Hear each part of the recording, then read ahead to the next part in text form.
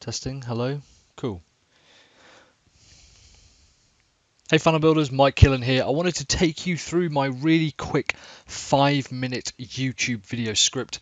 This is the script that I use to create all of the plans and overall guidance for all of my YouTube videos and frankly all of my Instagram TV videos, all of my webinars, a lot of my blog posts. It's a very versatile script. So let's jump into Quip here and I'll move myself down there. So let's jump into Quip here and I'll move myself down there. For example, I've got my document open here and this is going to be a video on the most important thing to include in your proposals. Now, to give you a bit of guidance, this is actually going to be on call to actions and next steps. I find that a lot of people don't put these in their proposals. So I want to create a video that teaches people to remind them to include a call to action and a next step in their proposal. And all of my YouTube videos follow this pretty much exact same basic formula. Setup, conflict, resolution. Here's the deal. First of all, the setup is I'll make a promise. I'll outline the problem. The conflict, which could be part of the problem, but that's the problem I use as a bit of a setup because I like to explain, the roadblocks that people are facing. We'll come on to that. Either a misconception or the old way. And the consequences, and then the resolution is what to do about it. And this is where I think things get, a lot of people overcomplicate it and they write like a full-on script, which is great. If you want to do that, that's fantastic, but I don't like to do that personally. What I like to do is make a promise and I say, in this video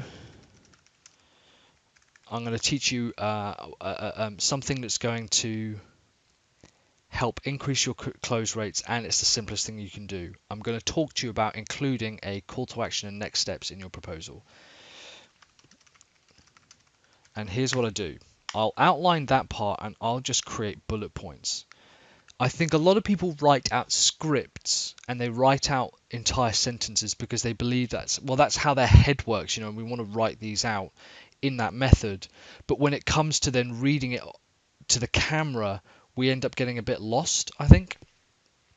And during the process, I think we kind of lose track and then we'll stop and we'll go back and we feel we've got to read a script and as if we've got to memorize the words.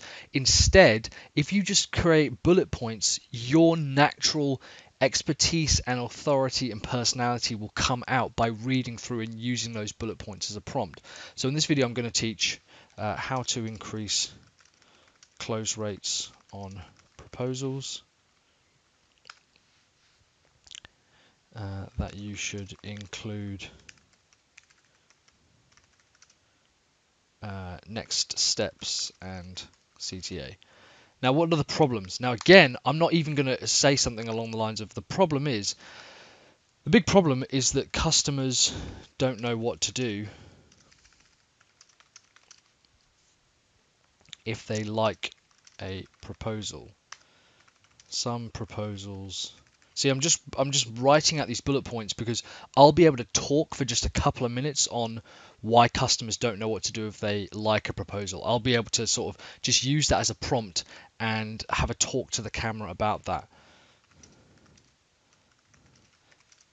Fail because there's no obvious next steps. Then we have a bit of a misconception, or the old way, and the misconception in this particular point is that customers want time to think about proposals. And then the old way is to leave with if you have any questions. And this is where I'll then put the consequence, because the consequence frames what happens if they don't do something about it. So I want to ask myself, what happens if they don't do anything? You'll struggle to close proposals and sales. But that's pretty much it. The only consequence is you'll struggle to close proposals and sales, and I'll talk about that. And then what I'm going to do is outline just 3 to 7 bullet points for the resolution. And this is just kind of 5 points that I want viewers to remember. So it'll be between 3 to 7 points. And this is just this is the actual teaching part. All of this part here, the setup and the conflict, that is the introduction. The resolution is kind of the meat of it, and that's where you'll actually spend most of your time. Interestingly, I find I write the fewest number of bullet points or the fewest amount of text in the script for this point, but it does actually allow me enough of a series of prompts to be able to go into and talk to the viewer and the camera like this. So the resolution is, first of all, customers need direction on what to do next. They might want to buy now. You have to direct and ask for the business.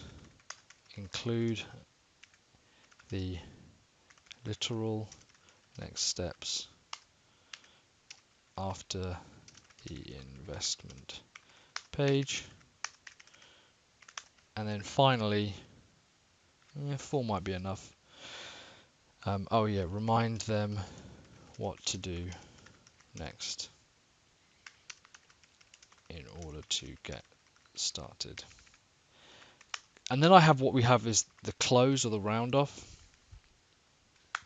And this is where I'll say, I'll have a few bullet points here. We do actually have a template for this, but I wanted to kind of go through this in real time. Reminder about funnel niche training, blog posts, subscribe if you're new here, and ask for a comment. Are you going to start adding CTA next proposals? Have you ever forgotten them? Let me know in the comments below. So what I could also do here, partly because I'll usually have this on the screen and it's easier for me to kind of read through those bullet points and just see them as rather than trying to read an entire sentence and then memorize that line, or read an entire sentence to prompt me into what the entire sentence is. I can use just a bullet point to kind of take me through that and just give me a prompt. Also, this here, what I try to do is at the end we have you have now your, what do they call them, end videos, your kind of your roundup videos. At the end of YouTube videos, you're given 20 seconds to put 2 or 3 or as many as you want links and videos and things, and I try to put up a couple of videos. You're allowed 20 seconds, so I then want to finish with a 20-second roundup that says, talks about videos